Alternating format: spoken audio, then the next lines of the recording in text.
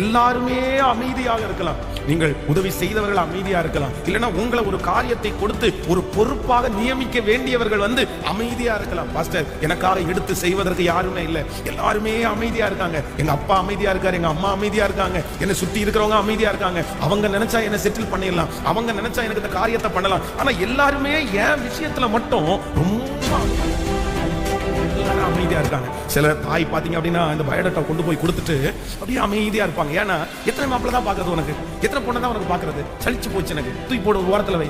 அப்போ நிறைய பேர் பாத்தீங்க அப்படின்னா நமக்கு கிரியை செய்து முடியாம அமைதி ஆயிடுவாங்க. ஒருவேளை இந்த ஜெபத்துல இருக்கிற யாரோ ஒருத்தருக்கு இது லிட்டரலா நடக்கலாம். பாஸ்டர், எல்லாருமே அமைதி ஆயிட்டாங்க பாஸ்டர், ஏன்னா என் வாழ்க்கை மட்டும் தான் அப்படி இருக்குது. எல்லாரும் எனக்காக துவங்கினாங்க, எல்லாரும் எனக்காக ஹெல்ப் பண்ணணும்னு நினைச்சாங்க, எல்லாரும் ஆரம்பிச்சிட்டாங்க.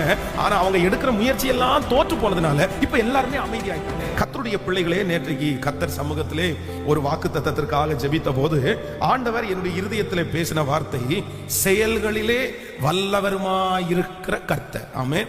நம்முடைய ஆண்டவருக்கு ஒரு நல்ல பேர் இங்கே கொடுக்கப்பட்டிருக்கிறது, செயல்களிலே வல்லவருமாயிருக்கிற கர்த்தர். ஆமென் சொல்லுங்கள். இந்த உலகத்திலே நிறைய பேருடைய இருதயத்திலே நிறைய சிந்தனைகள் ஓடுகிறது, நிறைய பிளான், நிறைய திட்டங்கள் நமக்கு இருக்கிறது. ஆனா நமக்குள்ள 1000 திட்டங்கள் இருந்தாலும் சில காரியத்தை நம்ம தீவிரமா நம்மளால பண்ண முடியாது. ஐயோ, இந்த திட்டத்தை நிறைவேற்றிடலாம், நம்ம யோசிச்சோம், இதை செஞ்சிடலாம். சிலர் ஒரு காரியத்தை ஆரம்பிக்கும் போது பாத்தீங்க அப்படின்னா அதை அடைவதற்கு ஆயிரக்கணக்கான நேரம் யோசிப்பாங்க. இது வாங்கலாமா, வாங்கக்கூடாதா, இது செய்யலாமா, செய்யக்கூடாதா. அவ்வளவு சீக்கிரமாய் மனிதர்கள் செயலிலே ஈடுபட மாட்டாங்க. ஆனா யோசனையிலே நம்ம ஈடுபட்டுருவோம். இன்னைக்கு நம்முடைய திருச்சபையை குறித்து இல்லைன்னா உங்களுடைய குடும்பத்தை குறித்து நீங்க ஒரு திட்டத்தை கொண்டு வந்தீங்கன்னா அந்த திட்டம் உங்களுக்கு வித்தியாசமா போகும். இப்படி பண்ணலாம், அப்படி ஆனால் இந்த செயல்பாடு இருக்கு பாருங்களேன், அவ்வளவு சீக்கிரமாய் நம்முடைய காலடிகள் அந்த எண்ணத்திற்கு நேராக, நம்ம யோசிச்சதுக்கு நேராக வைக்கப்பட மாட்டாது. நம்முடைய சூழ்நிலையெல்லாம் பார்ப்போம், நம்மளால கட்ட முடியுமா, நம்மளால வாங்க முடியுமா, நம்மளால மேனேஜ் பண்ண முடியுமா. ஆனால் வேதம் சொல்லுகிறது, நம்முடைய ஆண்டவருக்கு ஒரு பெயர் கொடுக்கப்பட்டிருக்கிறது. அவர் யோசனையிலே பெரியவர் மட்டுமல்ல, அவர் செயல்களிலே வல்லவராயிருக்கிறார். ஆமென் சொல்லுங்கள். உங்களுடைய வாழ்க்கையிலே நான் நம்புகிறேன், எந்தெந்த காரியங்கள் எல்லாம் இதுவரையிலும் செயல்பட முடியாமல் கிடக்கிறதோ கர்த்தர் இந்த 21 நாள் ஜெபத்தில் வாக்கு கொடுக்கிறார், அந்த காரியத்தை நான் செயல்படுத்த ஆரம்பிப்பேன். ஏனென்றால் நம்முடைய ஆண்டவராகிய கர்த்தர் அவர் செயலிலே வல்லவராயிருக்கிறார். ஒருவேளை நிறைய தேங்கி கிடக்கலாம், நிறைய பேருடைய தரிசனங்கள் தேங்கி கிடக்கலாம், உங்களுடைய ஆசைகள் ஒருவேளை நிறைவேறப்படாமல் இருக்கலாம். எப்படி செய்ய முடியும், எப்படி இது நடக்கும் என்றெல்லாம் உங்க எண்ணங்கள் வரலாம். ஆனா ஆண்டவர் வாக்கு கொடுக்கிறார், இல்ல நான் என்ன பண்ணுவேன்னா செயல்படுகிற கர்த்தர். நீங்கள் ஜெபித்த அந்த காரியத்தை கர்த்தர் செயல்பட ஆரம்பிக்க போகிறார். நீங்கள் உங்களுடைய மனதிலே விருப்பமான அந்த காரியத்தை கர்த்தர் வாக்கு கொடுக்கிறார், நான் சீக்கிரமாய் செயல்படுத்துவேன். ஏனென்றால் செயலிலே வல்லவராய் இருக்கிற கர்த்தர். ஆமென் என்று அறிக்கை செய்வோம். உங்களுடைய கரங்களை அப்படியே வானத்துக்கு நேராக உயர்த்தி சொல்லுங்கள், ஆண்டவரே, செயல்களிலே வல்லவராய் இருக்கிற கர்த்தர், அந்த காரியத்தை கர்த்தர் தாமதிக்காமல் நமக்காக கர்த்தர் செயல்படுத்துகிற கர்த்தராய் இருக்கிறார். ஆமென். இந்த வசனத்தை நான் தியானித்துக் கொண்டிருக்கும் போது ஒரு 3 காரியத்தை ஆண்டவர் என்னுடைய இருதயத்திலே வைத்தார். முதலாவதாக ஒரு வசனத்தை நம்ம வாசிக்க போகிறோம். ஆதியாகமம் 30ஆம் அதிகாரத்தை நம்ம எடுத்துக்கொள்ளலாம். ஆதியாகமம் 30ஆம் அதிகாரத்திலே, ஸ்தோத்திரம், 30ஆம் அதிகாரம் 29வது வசனத்திலிருந்து ஒரு சில வசனங்களை நம்ம வாசிக்க போகிறோம். ஆதியாகமம் 30வது அதிகாரத்திலே வாசிக்கலாமா? 29லிருந்து நம்ம வாசிக்கும் போது, அதற்கு அவன், நான் உம்மை சேவித்த விதமும் உம்முடைய மந்தை என்னிடத்தில் இருந்த விதமையும் அறிந்திருக்கிறேன். நான் வருகிறதற்கு முன்னே உமக்கு இருந்தது கொஞ்சம், நான் வந்த பின் கர்த்தர் உம்மை ஆசீர்வதித்ததினால் அது மிகவும் பெருகி இருக்கிறது. இனி நான் என்னுடைய குடும்பத்திற்கு சம்பாத்தியம் பண்ணுவது எப்பொழுது என்றான். அதற்கு அவன், நான் உனக்கு என்ன தர வேண்டும் என்றான். யாக்கோபு, நீர் எனக்கு ஒன்றும் தர வேண்டியதில்லை, நான் சொல்லுகிறபடி நீர் எனக்கு செய்தால் உம்முடைய மந்தையை திரும்ப மேய்த்து காப்பேன். ஆமென் சொல்லுங்க. கர்த்தருடைய பிள்ளைகளே, இந்த இடத்திலே யாக்கோபுனுடைய வாழ்க்கை குறித்து சொல்லப்படுகிறது. அப்படின்னா நம்முடைய தேவன் யார் அப்படின்னா செயல்படுகிற கர்த்தர். ஆமென். கர்த்தர் இன்றைக்கு வாக்கு கொடுக்கிறார், நான் உன்னுடைய வாழ்க்கையிலே செயல்படுவேன். இனி நான் உன்னுடைய வாழ்க்கையிலே நீ யோசித்தது நினைத்தது எல்லா காரியத்தையும் நானே முன்பாக நின்று செய்வேன் என்று கர்த்தர் வாக்கு கொடுக்கிறார். முதலாவதாக ஆண்டவர் நமக்கு எப்படி செயல்படுகிற ஆண்டவர் அப்படின்றது இதுல எழுதப்பட்டிருக்கிறது. இந்த யாக்கோபனுடைய வாழ்க்கையிலே நம்ம வாசிக்கும் போது தன்னுடைய மாமனார் அவனுடைய விஷயத்துல ரொம்ப அமைதியானவராகவே இருக்கிறார். தன்னுடைய பிள்ளைகள் 2 பேரையும் கல்யாணம் பண்ணி கொடுத்தாரு. ஒரு பெண்ணை கல்யாணம் பண்ணி கொடுத்தது உடனே இவனை செட்டில் பண்ண வேண்டியது. ஏன்னா ஒரு 7 வருஷம் நீ வேலை செஞ்ச, இனி ஒரு பொண்ணுக்காக அடுத்த 7 வருஷம் நீ வேலை செய்ய வேண்டிய அவசியம் இல்லை. அதற்கு பிறகு எனக்கு ஒரு பையன் தானே, நீ உன்னுடைய வாழ்க்கையை பார்த்துக்கோ, சரி ஒரு வருஷம் இரு, அதுக்கப்புறம் நான் கல்யாணம் பண்ணி கொடுக்குறேன், 1 மாசம் தாண்டி உனக்கு திருமணம் பண்ணி கொடுக்குறேன் அப்படின்னு சொல்லலாம். ஆனா நீ என்ன பண்ற, உனக்கு இந்த அடுத்த பொண்ணு உனக்கு வேணும்னா என்ன பண்றேன்னா, நான் 7 ஆண்டுகள் திரும்ப நான் உழைக்கிறேன் அப்படின்னு சொல்றாரு. சொன்ன உடனே சரி நீ 7 வருஷம் வேலை செய். அந்த 7 வருஷம் முடிஞ்சிருச்சு, 14 வருஷம் ஆச்சு. அதற்கு பிறகு கிட்டத்தட்ட 21 வருஷம் வரைக்குமே நான் நம்புறேன் அவருடைய மாமனார் அமைதியாகவே இருந்தார். சரி இவனுக்கு ஏதாவது ஒன்று பார்த்து செட்டில் பண்ணலாம், இவன் செஞ்ச காரியத்துக்கு ஏதாவது ஒன்று பண்ணிடலாம், 2 பொண்ணை கல்யாணம் பண்ணிட்டான், அவனுக்கு பிள்ளைகள் இருக்கிறாங்க, இந்த எண்ணம் மாமனாருடைய இருதயத்தில் வரவே இல்லை. ஆனால் வேதம் சொல்லுகிறது, லாபான் அமைதியா இருந்தாலும் என் தேவனாகிய கர்த்தர் அமைதியா இல்லாமல் அவனுடைய வாழ்க்கையிலே செயல்பட கர்த்தர் துவங்கினார். ஆமென். இன்றைக்கு முதலாவதாக ஆண்டவர் நமக்கு வாக்கு கொடுக்கிறார், உங்களுடைய வாழ்க்கையிலே எல்லாருமே அமைதியாக இருக்கலாம். நீங்கள் உதவி செய்தவர்கள் அமைதியா இருக்கலாம், இல்லைன்னா உங்களை ஒரு காரியத்தை கொடுத்து ஒரு பொறுப்பாக நியமிக்க வேண்டியவர்கள் அமைதியா இருக்கலாம். பாஸ்டர் எனக்காக எடுத்து செய்வதற்கு யாருமே இல்லை, எல்லாருமே அமைதியா இருக்காங்க, எங்க அப்பா அமைதியா இருக்காரு, எங்க அம்மா அமைதியா இருக்காங்க, என்னை சுற்றி இருக்கிறவங்க அமைதியா இருக்காங்க, அவங்க நினைச்சா என்ன செட்டில் பண்ணிடலாம், அவங்க நினைச்சா எனக்கு இந்த காரியத்தை பண்ணலாம். ஆனா எல்லாருமே என் விஷயத்துல மட்டும் ரொம்ப அமைதியா இருக்காங்களே, ஏதாவது ஒரு முயற்சி எடுத்து யாராவது பண்ணக்கூடாதா? அப்படிப்பட்ட இருதயத்தோட வந்திருக்கிற ஒவ்வொரு ஆண்டவருடைய பிள்ளைகளை பார்த்து கர்த்தர் வாக்கு கொடுக்கிறார், இல்ல யார் அமைதியா இருந்தாலும் நான் உனக்காக செயல்படுவேன் என்று கர்த்தர் வாக்கு கொடுக்கிறார். இந்த 21 நாள் ஜெபம் முடியும் போது உங்கள் காரியங்கள் நடக்க போகிறது, நீங்கள் யோசித்த காரியங்கள் நடக்க போகிறது. ஏனென்றால் உங்களுக்காக எல்லாரும் அமைதியாக இருக்கும் போது செயல்படுகிற ஒரு கர்த்தர், செயல்படுகிற ஒரு கர்த்தர். சத்தமாய் ஆமென் சொல்லுங்கள். இந்த வார்த்தையை விசுவாசித்துக் கொண்டிருக்கும் போதே அந்த அற்புதம் நடக்கிறது. நான் நம்புகிறேன் கர்த்தர் உங்களுக்காக செயல்பட ஆரம்பிக்கிறார். கர்த்தர் செயல்பட ஆரம்பிச்சிட்டாருன்னா நான் நம்புறேன் சூழ்நிலைகள் எல்லாம் சாதகமாய் அமையும், அதற்கான காரியங்கள் ஆரம்பிக்கப்படும், அதற்கான அஸ்திவாரம் போடப்படும், அது பாட்டுக்கு நேர்த்தியாய் நடந்தே தீரும். ஆமென். அப்போ ஆண்டவர் முதலாவதாக நமக்காக எப்படி செயல்படுவார்னா, எல்லாரும் அமைதியா இருக்கும்போது கர்த்தர் செயல்படுகிறவர். சில நேரங்களில் ஆண்டவர் பாத்தீங்க அப்படின்னா எல்லாரையுமே அமைதியாக இருக்க வைப்பார். உங்களை சுற்றி இருக்கிற எல்லாருமே சில காரியங்களில் அமைதி காப்பார்கள். ஆனா நான் நம்புறேன் எதற்காக அவங்க அப்படி அமைதியா இருக்கிறாங்கன்னா, கர்த்தரே உங்களுக்கு செய்யணும்னு நினைக்கிறதுனாலதான் அவங்க எல்லாம் அமைதியா இருக்காங்க. சுற்றி இருக்கிறவங்க எல்லாம் அமைதியா இருக்கிறதை பார்த்து நீங்க துக்கப்பட வேண்டாம். இவனுக்கு நான் எவ்வளவு செஞ்சிருப்பேன், இவங்களுக்கு நான் எப்படி பண்ணிருப்பேன், இன்னைக்கு ஏன் விஷயம் வரும்போது அமைதியா இருக்காங்களேன்னு நீங்க நினைக்காதீங்க. நான் நம்புறேன் உங்கள் காரியத்தை குறித்து ஒருவனும் பெருமை பாராட்டாதபடி, நான் செஞ்சேன், நான் இவங்களுக்கு பண்ணினேன், நான் தான் சப்போர்ட் பண்ணினேன் அப்படின்னு நாளைக்கு யாருமே உங்களை பார்த்து சொல்லக்கூடாது என்கிற அந்த காரணத்திற்காக தான் என் தேவனாகிய கர்த்தர் அவர்கள் எல்லாரையும் அமைதிப்படுத்தி விட்டு நான் நம்புகிறேன் அவரே இறங்கி கர்த்தரே கிரியை செய்ய போகிறார். நான் நம்புகிறேன் நீங்கள் உயர்த்தப்படும் போது, அந்த காரியத்தை நேர்த்தியாய் செய்து முடிக்கும் போது உங்கள் கண்கள் கர்த்தரை பார்த்து சொல்ல போகிறது, ஆண்டவரே என் பிரயாணத்திலே வேறு ஒருவரும் என்னோடு இருக்கவில்லை, ஆனால் நீர் என்னோடு கூட இருந்து கர்த்தர் எனக்காக யாவையும் செய்து முடித்தீர், கர்த்தர் எனக்காக யாவையும் செய்து முடித்தீர். அல்லேலூயா. அப்போ மனிதர்கள் அமைதியா. இன்னொரு வசனத்தை கூட நான் வாசிக்கும் போது, நீங்கள் எஸ்தரின் புஸ்தகம் 6ஆம் அதிகாரம் 1வது வசனத்திலிருந்து, அந்த ராத்திரியிலே ராஜாவுக்கு நித்திரை வராதிருந்தபடியினால் காலவர்த்தனங்கள் எழுதியிருக்கிற நடபடிகள் புஸ்தகத்தை கொண்டு வர சொன்னான். அது ராஜ சமூகத்தில் வாசிக்கப்பட்டது.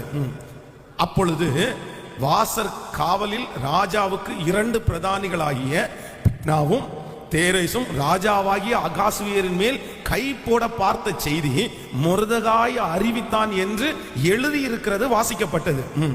அப்பொழுது ராஜா இதற்காக மொர்தெகாய்க்கு கனமும் மேன்மையும் செய்யப்பட்டதா என்று கேட்டான். அதற்கு ராஜாவை சேவிக்கிற ஊழியக்காரர்கள் அவனுக்கு ஒன்றும் செய்யப்படவில்லை என்று சொன்னார்கள். கவனிங்க, இந்த இடத்துல நமக்கு எல்லாருக்கும் தெரிந்த ஒரு காரியம், மொர்தெகாய் அவனுடைய ராஜ சமூகத்தில் ரொம்ப நேர்த்தியாய் அவன் கர்த்தருக்கு ஊழியம் செய்தான். அவனுடைய ராஜாவுக்கு அவன் உண்மையா இருந்தான். அப்போ அவனுடைய வேலையில அவன் ரொம்ப கண்ணு கருத்துமா இருந்தான். யாராவது ஒருத்தர் பார்த்துக்கட்டும், ஆயிரக்கணக்கான பேர் ராஜாவுக்கு வேலை செய்யறாங்க, நம்ம இந்த விஷயத்துல கவனமா இருக்க வேண்டிய அவசியம் இல்லை, நம்ம ஆஃப்டர் ஆல் கேட் வாட்ச்மேனா இருக்கிறோம், அந்த வேலையை பார்த்துட்டு போலாம் அப்படின்னு அவன் நினைக்கல. அப்போ ஒரு கைகளிலே, உங்க கைகளிலே ஒரு பொறுப்பு என்கிற ஒன்று கொடுக்கப்படுமானால் அதனுடைய முழு காரியத்தையும் உங்க கையில எடுக்கணும். நீங்க தான் அதற்கு உத்தரவாதம் பண்ணணும். அப்போ இந்த மனுஷன் உத்தரவாதம் பண்ணி பாத்தீங்கன்னா ராஜாவினுடைய உயிரை எடுப்பதற்காக அங்க இருக்கிறதுல 2 பேர் செயல்படுறாங்க.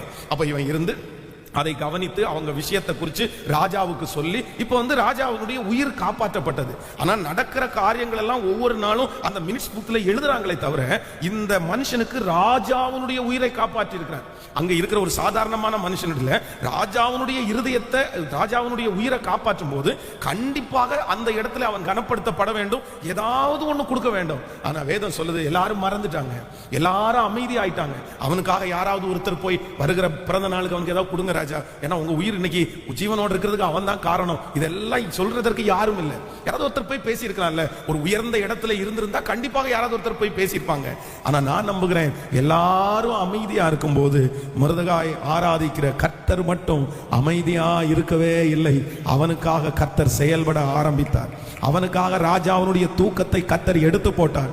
அவனுக்காக நடபடிகள் புஸ்தகத்தை அந்த இரவிலே வாசிக்கும்படியாக ராஜாவினாலே கர்த்தர் ஏவினார். கர்த்தர் அமைதியாயிராமல் அந்த மொர்தெகாய்க்காக செயல்பட்டு அவனுடைய தலையிலே திரும்ப ஆசீர்வாதம் வந்தது போல நான் விசுவாசிக்கிறேன். கர்த்தர் இந்த 18வது நாள் வாக்கு கொடுக்கிறார். ஆண்டவருடைய பிள்ளைகளே, நிறைய நாட்கள் மூடப்பட்டு கிடந்த உன்னுடைய காரியத்தை எல்லாம் கர்த்தர் மறுபடியும் ஞாபகப்படுத்த ஆரம்பிக்க போகிறார். உன்னுடைய பிரயாசங்கள், அநேக வருடங்களாக நீ பட்ட நிறைய பிரயாசங்கள் மூடப்பட்டு கிடக்கிறது, அது அநேகரால் எடுக்கப்படாமல் கிடக்கிறது. ஆனா கர்த்தர் வாக்கு கொடுக்கிறார், இந்த வருடம் முடிகிறதற்குள்ளே மீண்டும் அதை கர்த்தர் திரும்ப எடுக்க போகிறார். உன்னுடைய பாடுகளை கர்த்தர் திரும்ப எடுக்க போகிறார். வடித்த கண்ணீரை கர்த்தர் திரும்ப நினைக்க போகிறார். ஹல்லேலூயா. உண்மையாய் இருந்ததை கர்த்தர் திரும்ப எடுக்க போகிறார். நான் தீர்க்க தரிசனமாய் வாக்கை சொல்லுகிறேன். கர்த்தர் வெளிப்படுத்துகிற வார்த்தை திரும்பவும் ஆண்டவர் நினைத்து ஹல்லேலூயா செயல்பட ஆரம்பித்து அந்த காரியங்கள் நேர்த்தியாய் நடக்க போகிறது. ஆமென் சொல்லுவோம். நம்புறவர்கள் கரங்களை உயர்த்தி, கர்த்தாவே இந்த வார்த்தை நிறைவேற போகிறதற்காக ஸ்தோத்திரம் சொல்லுங்க. நான் விசுவாசிக்கிறேன் ஆண்டவரே. நல்ல சத்தமாய் சொல்லுங்கள். ஹல்லேலூயா. பல வருடங்களாய் நீங்கள் செய்த முயற்சிக்கு இந்த வருடம் கர்த்தர் பலன் கொடுக்கிற வருஷமாய் மாற போகிறது. கர்த்தர் உங்களுக்காக செயல்பட ஆரம்பிக்கிறார். உன் மூத்த மகனுக்காக கர்த்தர் செயல்படுகிறார். இளைய மகனுக்காக கர்த்தர் செயல்படுகிறார். ஓ ஹல்லேலூயா. கர்த்தரே செயல்பட வல்லவராய் இருக்கிறார். நன்றாய் கரங்களை தட்டி ஆமென். ஹல்லேலூயா. எனக்காக செயல்படுகிற ஒரு கர்த்தர். ஆமென். கடந்த சில நாட்களுக்கு முன்பாக நம்முடைய திருச்சபையில இருக்கிற ஒரு வாலிப மகள், அந்த மகளுக்கு ஒரு திருமண ஏற்பாடு நடக்கிறது. ரொம்ப கஷ்டப்பட்ட ஒரு குடும்பம். அவருடைய தகப்பனார் இங்க இல்லை, அவங்க அம்மா கால் முடியாம, அவங்க கால் நடக்க முடியாம படுத்த படுக்கையா இருக்காங்க. ஒரு சகோதரி இருக்கிற, அந்த சகோதரி பைத்தியமா இருக்கா. ஒரு சகோதரி பைத்தியம், இன்னொரு தன்னுடைய தாயார் 2 காலும் முடியாம வீட்டுல படுத்து கிடக்குறாங்க. தன்னுடைய தகப்பனார் தன்னோடு கூட இல்லை, சகோதரர்கள் யாருமே கூட இல்லை. அப்போ ஒரு அனாதை பிள்ளைய போல அந்த மகள் இருக்கிறாங்க. அப்ப அவளுக்கு திருமண காரியங்கள் எல்லாம் ரெடி ஆயிட்டு இருக்குது. நான் அதுக்காக ஏற்பாடு பண்ணி சரி இந்த திருமண காரியங்கள் எல்லாம் நடத்தணுமே அப்படின்னு யோசிச்சுட்டு இருக்கிறேன். அப்போ எதேச்சியாக ஒரு தாயார் எனக்கு போன் பண்றாங்க. பாஸ்டர், இந்த மாதிரி என்னுடைய மகள் கொஞ்ச நாளாவே திருமணம் வேண்டாம் அப்படின்னு இருக்கிறாங்க, அதனால நான் அனுப்பி விடுறேன், நீங்க எதுக்கும் ஒரு ஜெபம் பண்ணி அனுப்ப முடியுமான்னு கேட்டாங்க. நான் தாராளமா அனுப்பி விடுங்க. அப்ப அந்த பாப்பா முன்னாடி உட்காரும் போதே அவளுக்கு அதுல சுத்தமா இன்ட்ரெஸ்ட் இல்லை. அவளுக்கு வயதாகி விட்டது, ஆனா கல்யாணத்துல அவளுக்கு கொஞ்சம் கூட ஈடுபாடு இல்லை. அப்போ ஒரு 5 மினிட்ஸ் நான் பேசினேன். எதிர்கால வாழ்க்கை என்ன, ரொம்ப கவனமா இருக்கணும், நம்ம அந்த வாழ்க்கையை விட்டுட்டோம்னா திருப்பி அந்த மாதிரி வாய்ப்புகள் நமக்கு கிடைக்காம போயிடும். என்னமோ தெரியல, ஆண்டவர் அந்த மகள்கிட்ட பேசி போன உடனே அவங்க அம்மா அப்பாட்ட இல்ல நான் மேரேஜுக்கு ஒத்துக்கிறேன் நீங்க பாருங்கன்னு சொன்ன உடனே அந்த ஒரு வாரத்துல ஒரு மாப்பிள்ளை வராங்க, பிக்ஸ் ஆகி திருமண டேட்டை பிக்ஸ் பண்ணிட்டாங்க, எல்லாம் முடிஞ்சிருச்சு. அப்ப அந்த தாயார் போன் பண்ணி என்ன சொன்னாங்கன்னா, பாஸ்டர் என்னுடைய மகளுக்கு பெரிய அற்புதத்தை ஆண்டவர் செஞ்சிருக்கிறாரு, நான் யாராவது ஒரு பிள்ளைக்கு அந்த திருமணம் நடத்தி வைக்கிறதுக்காக நான் ஒரு 1 லட்சம் ரூபாய் நான் தர்றேன், நீங்க ஏதாவது கஷ்டப்பட்ட ஒரு பிள்ளைக்கு திருமணம் பண்ணி வைக்கிறதுக்கு ஏற்பாடு பண்ணுங்க. உடனே எனக்கு ஆச்சரியமா இருந்துச்சு. ஒரு வாரத்துக்கு முன்னாடி தான் யோசிக்கிறேன், சரி இந்த பிள்ளைக்கு யாருமே இல்லையே, யாராவது ஒருத்தர் இந்த பிள்ளைக்கு வந்து திருமணம் நடத்தி வைக்கிறதுக்கு கொஞ்சம் சப்போர்ட் பண்ணிட்டாங்கன்னா அதை ரொம்ப ஆசீர்வாதமா நடத்திடலாமே அப்படின்னு யோசிச்சுட்டு இருக்கிறேன். அவங்க ஃபோன் பண்ணி சொல்றாங்க, என் மகளுக்கு கல்யாணம் ஆகுறதுக்கு முன்னாடி பத்திரிகையோட அந்த காசோட நான் வர்றேன், அந்த பிள்ளைக்கு நல்ல திருமணம் பண்ணி வச்சிருங்கன்னு 1,00,000 ரூபாய் அந்த பிள்ளைகளுடைய திருமணம் நடத்தி வைக்கிறதுக்கு அவங்க வந்து கொடுத்துருக்குறாங்க. அப்போ நான் நம்புறேன், ஆண்டவருடைய பிள்ளைகளை, இந்த ஜெபத்துல யாராவது ஒருத்தர் இருக்கலாம், பாஸ்டர் எனக்காக செயல்படுவதற்கு யாருமே இல்லை. நான் நம்புறேன் உங்களுக்காக யாருமே செயல்பட வேண்டிய அவசியமே இல்லை. கர்த்தர் உங்களுக்காக, நீ எல்லாரும் அமைதியா இருந்தாலும் ஆண்டவர் உங்களுடைய விஷயத்துல கர்த்தர் அமைதியா இருக்க மாட்டார். கர்த்தர் கண்டிப்பாக செயல்படுவார். ஆமென். நீங்கள் எத்தனை நாட்கள் கர்த்தருடைய சமூகத்தில் வந்து ஜெபித்திருக்கிறீர்கள், உங்களுக்காக உங்களுடைய வேலை ஸ்தலத்தில் எல்லாரும் அமைதியா இருக்கும்போது நான் நம்புகிறேன் மேனேஜருடைய இருதயத்தில் கர்த்தர் பேசுவார். ஹல்லேலூயா. எனக்காக போய் யாரும் அவங்கவுங்க வேலையை பார்த்துட்டு நான் எப்படி போறது, என் மேல தப்பு வந்துடாதா, எனக்கு விரோதமா எழும்பிட்டாங்கன்னா என்ன பண்றது, நீ நல்லவேன்னு எனக்கு தெரியும், நீ பண்ணது தப்பு இல்லைன்னு எனக்கு தெரியும், உன் பக்கத்துல கடவுள் இருக்காருன்னு தெரியும், ஆனாலும் உனக்காக நான் போய் பேச முடியாது, எப்படி நான் பேசுவேன் அப்படின்னு சொல்லும் போது நான் விசுவாசிக்கிறேன் கர்த்தர் அப்படி அமைதியா இருக்கிற தேவன் அல்ல. நீங்க காண போறீங்க, உங்க கண்கள் காண போகிறது. நான் நம்புறேன் இந்த ஜெபத்திற்கு பிறகு கர்த்தர் செயல்படுகிறத நீங்க பார்க்க போறீங்க. கர்த்தர் கொஞ்சம் கொஞ்சமா மூவ் பண்ண ஆரம்பிக்கிறார். அநேக நாட்களாக உன்னுடைய தரிசனத்திற்கு கர்த்தர் இந்த 21 நாள் ஜெபத்துல கர்த்தர் உயிர் கொடுக்க போறாரு. நான் நம்புறேன் நீங்கள் யோசித்திருக்கிற அந்த வீடை கட்ட துவங்குறதற்கு கர்த்தர் உயிர் கொடுக்க போறாரு. உங்க பிசினஸ்னுடைய விரிவாக்கத்திற்கு ஆமென் சொல்லுகிறவர்களுக்கு அப்படியே நடக்கும். நான் நம்புகிறேன் கர்த்தர் ஒரு விரிவாக்கத்திற்காக கர்த்தர் செயல்பட ஆரம்பிக்கிறார். ஹல்லேலூயா. நீங்களே அமைதியா இருந்தாலும் நான் நம்புகிறேன் கர்த்தருக்கு இது ஏற்ற காலம், ஏற்ற காலம். தகப்பனே, இதோ கரங்களை தட்டுகிற, இதோ ஆமென் சொல்லி கொண்டிருக்கிற ஒவ்வொரு பிள்ளைகள் மேலும், இந்த சத்தத்தை கேட்கிற ஒவ்வொரு பிள்ளைகள் மேலும் அந்த ஆசீர்வாதம் இப்பொழுது ஆமென் நடப்பதாக ராஜா. ஹல்லேலூயா. ஆனா ஒரு கல்யாண வீட்டிலே திராட்சரசம் குறைபடும் போது அங்க இருக்கிற சூழ்நிலையை பார்த்தோம்னா மரியாதை நினைக்கிறாங்க அப்படின்னா, ஏதாவது நம்ம இந்த கல்யாண வீட்டுக்கு உதவி செய்யலாமே, இல்லைன்னா இயேசுநாதர் ஏதாவது உதவி செய்யலாமே அப்படின்னு நினைக்கிறாங்க. ஆனா அவங்களால அதை செய்ய முடியாது, திராட்சரசத்தை கொண்டு வர முடியாது. ஆனா கர்த்தர் சொல்றாரு, என் வேலை இன்னும் வரவில்லை. அவருடைய வேலை வந்த உடனே கர்த்தர் என்ன பண்ண ஆரம்பிச்சிட்டாருன்னா கிரியை செய்ய ஆரம்பிச்சிட்டார், செயல்பட ஆரம்பிச்சிட்டாரு. நான் நம்புறேன், நான் விசுவாசிக்கிறேன். இந்த வசனத்தை தீர்க்க தரிசனமா உங்களுக்கு சொல்றேன். நிறைய பேருடைய வாழ்க்கையில கர்த்தர் இன்றிலிருந்து செயல்பட துவங்குகிறார். கர்த்தர் ஆரம்பிக்கிறார், கர்த்தர் துவங்குகிறார். கர்த்தருடைய மகிமை அப்படியே அந்த காரியத்தை ஸ்டார்ட் பண்ண போகுது. இந்த ஜெபத்திற்கு பிறகு நீங்கள் நெடுநாட்களா யோசிக்கிற காரியத்தை கர்த்தர் அப்படியே துவங்க போறாரு. கர்த்தர் துவங்கினார்னா அந்த காரியம் நேர்த்தியாய் முடியும். கர்த்தரே அதை முடிக்க பண்ண வல்லவரா இருக்கிறார். ஆமென். அதுல எந்த சந்தேகமே இல்லை. ஆமென். உங்களுக்கான அந்த எதிர்காலத்தை கர்த்தர் துவங்க போறாரு. உங்க பிள்ளைகளுக்கான அந்த திருமண காரியத்தை கர்த்தர் துவங்க போறாரு. உங்க வாழ்க்கையில ஒரு சன்னதிக்கான அந்த காரியத்தை கர்த்தர் துவங்க போறாரு. ஆமென்.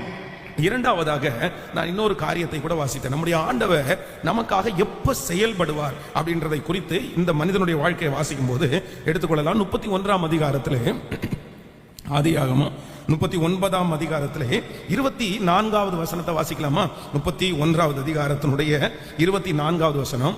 அன்று ராத்திரி தேவன் சீரியா தேசத்தானாகிய லாபானுக்கு சொப்பனத்தில் தோன்றி, நீ யாக்கோபோட நன்மையை அன்றி தீமையை ஒன்றும் பேசாதபடி எச்சரிக்கையாயிரு. ஆமென். இந்த யாக்கோபு வந்து இந்த இடத்துல என்ன சம்பவம் நடக்குது அப்படின்னா, தன்னுடைய மாமனாருடைய வீட்டிலே அத்தனை கிட்டத்தட்ட 21 ஆண்டுகள் பக்கத்துல இருந்தாச்சு.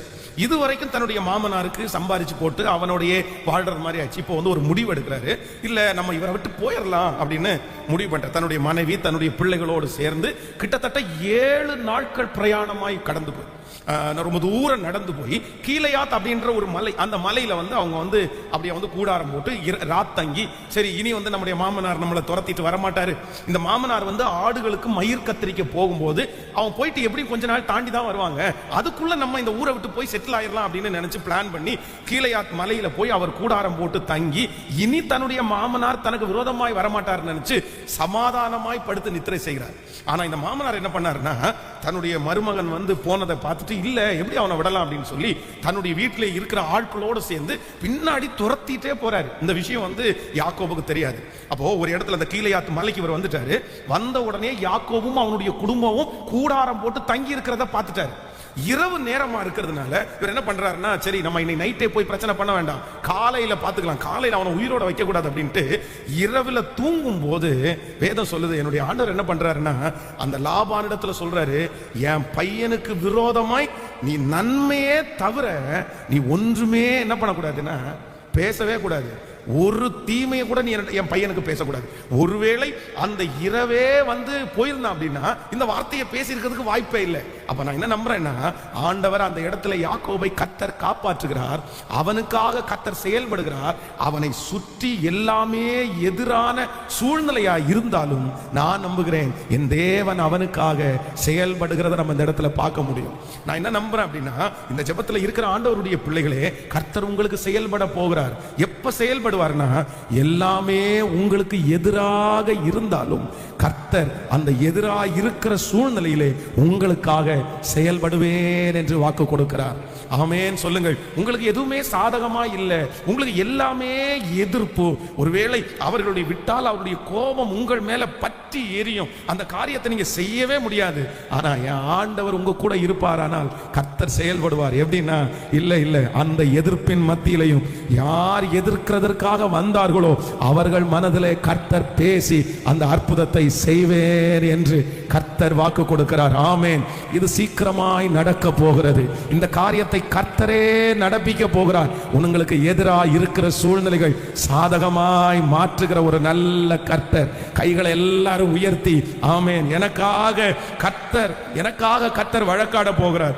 ஆமென். எனக்காக ஆண்டவர் கிரியை செய்ய போகிறார். என்னை சுற்றி ஆபத்துக்கள் இருக்கும் போது, ஹல்லேலூயா, ஆபத்துக்கள் இருக்கும் போது எனக்காக செயல்படுகிற கர்த்தர். ஆமென். உங்களை சுற்றி மறைவிடங்களில் நிறைய கண்ணிகள் வைக்கப்பட்டிருக்கலாம். உங்களுக்கு தெரியாமலே ஒருவேளை பெரிய கூட்டம் வந்து ஆலோசனை பண்ணலாம். மேல நடக்கிறது இன்னொரு பக்கத்தினுடைய மலையிலே தனக்கு எதிரி, இந்த பக்கத்திலே தேவனுடைய மனுஷன். அப்போ ஒருவேளை ஆண்டவர் மட்டும் அந்த எச்சரிக்கல அப்படின்னா அவனுடைய வாழ்க்கை ஒன்றும் இல்லாம போயிடும். இன்னொன்று ரொம்ப எனக்கு ஆச்சரியமா இருந்துச்சு, என்ன அப்படின்னா, ஆண்டவர் வந்து நேரடியா யாக்கோபினிடத்துல வந்திருக்கிறான். வந்து உங்க மாமனார் துரத்திட்டு வர்றாரு, நீ கொஞ்சம் வேகமா ஓடி போயிரு, நீ மறைஞ்சுக்கோ எங்கேயாவது அப்படின்னு சொல்லலாம். ஆனா ஆண்டவர் அவன்கிட்ட சொல்லல. தன்னுடைய பிள்ளைங்களிடத்துல வந்து தன்னை பாதுகாத்துக்கோன்னு சொல்லாம யார்கிட்ட போய் ஆண்டவர் பேசுறாருன்னா, எதிரின்ட்ட போய் பேசுறாரு. என் பிள்ளை மேல கை வைக்காதேன்னு பேசுறாரு. அப்ப நான் என்ன நம்புறேன், ஏன் ஆண்டவர் இப்படி செய்தார் அப்படின்னு யோசிக்கும் போது நான் என்ன நினைக்கிறேன் அப்படின்னா, அன்று ராத்திரியிலே நிறைய கரவலாடுகளோட வந்து யாக்கோபு டிராவல் பண்ணிட்டு இருக்காரு. அவனுடைய வீட்டுல எல்லாம் இருக்கிறவங்க குழந்தைங்க, இன்னும் வந்து மாதமா இருக்கிற பெண்கள் எல்லாம் இருக்காங்க. அவங்களுக்கு வந்து நைட்டு ரெஸ்ட் தேவை. பல நாட்கள் பிரயாணம் பண்ணி வந்திருக்கிறாங்க. நான் நம்புறேன் தன்னுடைய பிள்ளைய அந்த இடத்துல டிஸ்டர்ப் பண்றதுக்கு ஆண்டவருக்கு விருப்பமே இல்லை அப்படின்னு நினைக்கிறேன். சில நேரத்துல வந்து ஆண்டவர் வந்து நம்மள ஜீவன் தப்ப ஓடிப்போன்னு சொல்ல மாட்டாரு, எதிரிய சொல்லுவாரு, நீ என் பிள்ளைய தொடாதேன்னு சொல்லுவாரு. ஏன் அப்படின்னா, நம்முடைய சுகத்தை விரும்புகிற ஒரு தேவனாகிய கர்த்தர், நம்முடைய அலைச்சல்களை அறிந்திருக்கிற ஒரு தேவனாகிய கர்த்தர். நான் இன்றைக்கு விசுவாசிக்கிறேன், உங்களை சுற்றி அத்தனை மறைவிடங்களிலே தீமைகள் இருந்தாலும் அந்த தீமைகள் மத்தியிலையும் தேவன் உங்களுக்காக செயல்படுவார். உங்களுக்கு விரோதமாய் உருவாக்கப்படுகிற ஆயுதங்கள் வாய்க்காதே போகும். கர்த்தர் அந்த காரியத்தை குறித்து சொல்லுகிறார், இல்லை, தீமை இருக்கிற அந்த இடத்திலே தான் நான் கிரியை செய்வேன். ஐயோ, என்னை சுற்றி இத்தனை எதிர்ப்பு இருக்கிறது, என்னை சுற்றி இத்தனை தீமைகள் இருக்கிறது, நான் இந்த காரியத்தை துவங்குவேனா? நான் இந்த காரியத்தை எப்படி செய்வேன்? இந்த காரியம் எனக்கு நடக்குமா? இந்த மனிதர்கள் என்னை அழித்து விட மாட்டார்களா? கர்த்தர் சொல்லுகிறார், இல்லை, உங்களுக்காக குறித்திருக்கிற காரியத்தை தடை செய்வதற்கு இந்த உலகத்தில் ஒருவருக்கும் சக்தி இல்லை. கர்த்தர் இப்பொழுதே செயல்பட ஆரம்பிக்கிறார். ஒரு பக்கத்திலே உங்களுக்கு எதிரி கூட்டம் அதிகமா இருக்கிறது, உங்களுக்கு எதிர்ப்பு அதிகமா இருக்கிறது. ஆனா கர்த்தர் சொல்லுகிறார், எதிரிகளுக்கு முன்பாய் கர்த்தர் போய் நிற்கிறார். கர்த்தர் இரவிலே பேசுகிறார். உங்களை குறித்த அச்சத்தையும் பயத்தையும் கர்த்தர் அவர்களுக்கு உண்டாக்குவேன் என்று வாக்கு கொடுக்கிறார். நம்புறவர்கள் கரங்களை நன்றாய் மேல தட்டி கர்த்தருக்கு மகிமை செலுத்தலாம். ஹல்லேலூயா, ஹல்லேலூயா. சோ நம்பர் 2, இரண்டாவதாக ஆண்டவர் நமக்கு முதலாவதாக கர்த்தர் எப்ப செயல்படுவார்னா, எல்லாரும் அமைதியா இருக்கும்போது இயேசு செயல்படுவாராமா. நம்பர் 2, இரண்டாவதாக ஆண்டவர் எப்படி செயல்படுவார்னா, எல்லாமே நமக்கு எதிராக இருக்கும்போது கர்த்தர் என்ன பண்ணுவாராமா? செயல்படுவார். எதிர்ப்புகள், எதிரிகள், சூழ்நிலைகள் நமக்கு விரோதமா இருக்கும்போது கர்த்தர் அந்த இடத்திலே செயல்பட ஆரம்பிக்கிறார். ஆமென். மூன்றாவது ஒரு காரியத்தை கூட வாசித்து நம்ம ஜெபித்து முடிக்க போகிறோம். ரூத்தின் புஸ்தகம் 1ஆம் அதிகாரத்திலே எடுத்துக்கொள்ளலாம். ரூத்தின் புஸ்தகம் 1ஆம் அதிகாரத்திலே 1ஆம் அதிகாரம் 21, 22 ஆகிய வசனத்தை வாசிக்கலாமா? ரூத் 1ஆம் அதிகாரம் 21, 22 கூட வாசிக்கலாம் சேர்ந்து. அதற்கு அவள் நீங்கள் என்னை நகோமி என்று சொல்லாமல் மாறாள் என்று சொல்லுங்கள்.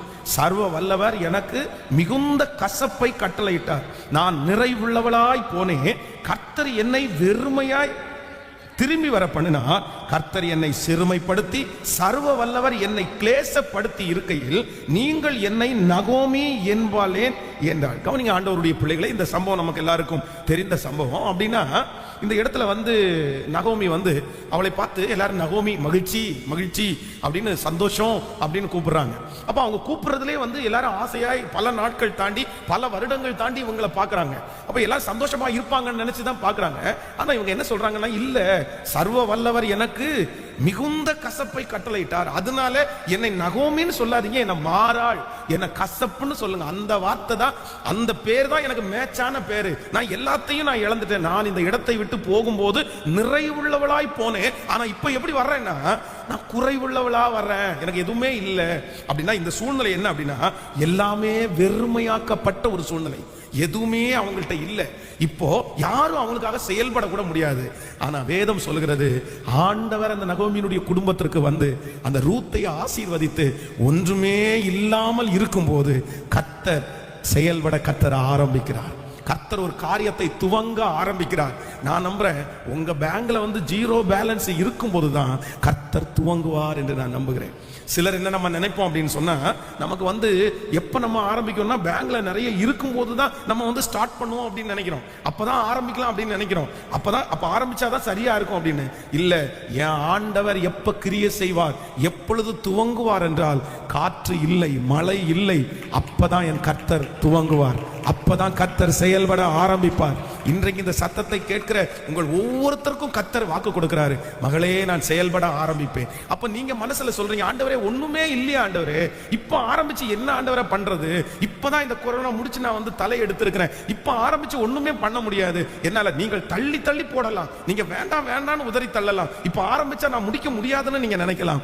ஆனா ஆண்டவர் வாக்கு கொடுக்கிறாரு, இல்ல, கர்த்தர் ஒன்றை துவங்குவாரே ஆனால் அது ஒன்றும் இல்லாமையிலிருந்து துவங்கி அதை சரியாய் கடைசி வரையிலும் நம்புறவர்களுக்கு அப்படியே நடக்கும் என்று நான் நம்புகிறேன். கர்த்தர் அதை நேர்த்தியாய் செய்து முடிக்கிறதற்கு கர்த்தர் வல்லவராய் இருக்கிறார். கைகளை அசைத்து ஒரு ஹல்லேலூயா சொல்லலாம். எத்தனை பேர் நம்புறீங்க? அப்போ மூன்றாவது ஆண்டவர் எப்படி செயல்படுவாராமா, எல்லாமே வெறுமையா இருக்கும்போது, இல்லைன்னா ஒன்றுமே இல்லாத போது கர்த்தர் செயல்பட ஆரம்பிப்பார். ஹல்லேலூயா. இப்போ 3 காரியத்தை ஆண்டவர் நம்மோடு பேசியிருக்கிறார். நம்பர் 1, நம்முடைய ஆண்டவர் யாராமா? செயல்படுகிற ஆண்டவர். சொல்லுங்க பார்க்கலாம், எல்லாரும் திரும்ப சொல்லுங்க பார்க்கலாம். செயல்படுகிற ஆண்டவர். நீங்க அமைதியா இருப்பீங்க, நீங்க சும்மா இருப்பீங்க. ஆனா ஆண்டவர் என்ன பண்ணுவாருன்னா, வாஞ்சையை வச்சுட்டாரு, உங்களுக்குள்ள எண்ணத்தை கொடுத்துட்டாரு, கர்த்தர் செயல்பட ஆரம்பிச்சுட்டாரு. ஆண்டவர் அப்படியே துவங்க ஆரம்பிச்சிட்டாரு. அந்த காரியம் அப்படியே நடக்க போகுது. எப்படி? நான் நம்பர் 1, முதலாவதாக கர்த்தர் எப்படி செயல்பட ஆரம்பிக்கிறார்னா, நான் நம்புறேன் உங்களுக்காக செய்கிறதற்கு யாருமே இல்லைன்னாலும் நான் நம்புறேன், நான் துவங்குவேன். எல்லாரும் அமைதியா இருக்கும்போது நான் துவங்குவேன். ஆமே. நிறைய பிள்ளைகளுக்கு திருமணம் நடக்க போகிறது. விசுவாசிக்கிறீங்களா இல்லையா? ஏன்னா நிறைய பிள்ளைகள் சொல்ற ஒரே வார்த்தை, எல்லாரும் சலிச்சுட்டாங்க பாஸ்டர், எல்லாரும் அமைதியா இருக்காங்க. சில தாய் பாத்தீங்க அப்படின்னா இந்த பயோடேட்டா கொண்டு போய் கொடுத்துட்டு அப்படியே அமைதியா இருப்பாங்க. ஏன்னா எத்தனை மாப்பிள்ள தான் பாக்குறது உனக்கு, எத்தனை பொண்ணை தான் உனக்கு பாக்குறது, சலிச்சு போச்சு எனக்கு, தூக்கி போட ஒரு வாரத்துல வை. அப்போ நிறைய பேர் பாத்தீங்க அப்படின்னா நமக்கு கிரியை செய்து முடியாம அமைதி ஆயிடுவாங்க. ஒருவேளை இந்த ஜெபத்துல இருக்கிற யாரோ ஒருத்தருக்கு இது லிட்டரலா நடக்கலாம் பாஸ்டர், எல்லாருமே அமைதி ஆயிட்டாங்க பாஸ்டர், ஏன்னா என் வாழ்க்கை மட்டும் தான் அப்படி இருக்குது, எல்லாரும் எனக்காக துவங்கினாங்க, எல்லாரும் எனக்காக ஹெல்ப் பண்ணணும்னு நினைச்சாங்க, எல்லாரும் ஆரம்பிச்சிட்டாங்க, ஆனா அவங்க எடுக்கிற முயற்சி எல்லாம் தோற்று போனதுனால இப்ப எல்லாருமே அமைதி ஆயிட்டாங்க, இப்ப யாருமே என் பக்கத்துல இல்ல. நான் நம்புறேன் ஆண்டவர் வாக்கு கொடுக்கிறாரு, இல்ல மகளே, எல்லாரும் இல்ல மகளே, எல்லாரும் அமைதியா இருந்தாலும் நான் உன் விஷயத்துல அமைதியாக இருக்க மாட்டேன். கர்த்தர் அதை செய்து முடிப்பார். ஹல்லேலூயா. அதை நான் விசுவாசித்து பேசுறேன். இந்த பலிபீடத்தில் நிற்கும் போது அதை 100% நம்பி பேசுறேன். கர்த்தர் அமைதியா இருக்கிற தேவன் அல்ல, கர்த்தர் அமைதியா இருக்கிற தேவன் அல்ல. எல்லாரும் அமைதியா இருந்தாலும் என் தேவனாகிய கர்த்தர் செயல்படுவார். உன் மகளுக்கு செயல்படுவார், உன் மகனுக்கு செயல்படுவார். ஹல்லேலூயா. கர்த்தர் செயல்படுவார். ஆமென். நம்பர் 2, இரண்டாவது ஆண்டவர் என்ன பேசினார்னா, நான் உனக்காக செயல்படுவேன். எப்படின்னா, உன்னை சுற்றி தீமைகள் இருக்கும்போது நான் செயல்படுவேன் என்று கர்த்தர் வாக்கு கொடுக்கிறார். உங்களுக்கு சுற்றி எதிர்ப்பு, உங்களுக்கு சுற்றி எதிரி, இந்த நேரத்துக்கு நம்ம ஆரம்பிக்க வேண்டாம், இந்த நேரத்துக்கு நம்ம செய்ய வேண்டாம். நமக்கு எல்லாமே எதிரா இருக்குது, நமக்கு எல்லா சூழ்நிலை, எந்த சூழ்நிலையும் சரியில்லை. இல்ல, கர்த்தர் எப்பதான் துவங்குவார் அப்படின்னா, எல்லாம் சாதகமா இருக்கும் போது இல்ல, சில நேரத்துல எல்லாம் எதிரா இருக்கும் போது தான் கர்த்தருடைய வேலையை கர்த்தர் ஆரம்பிப்பாரு.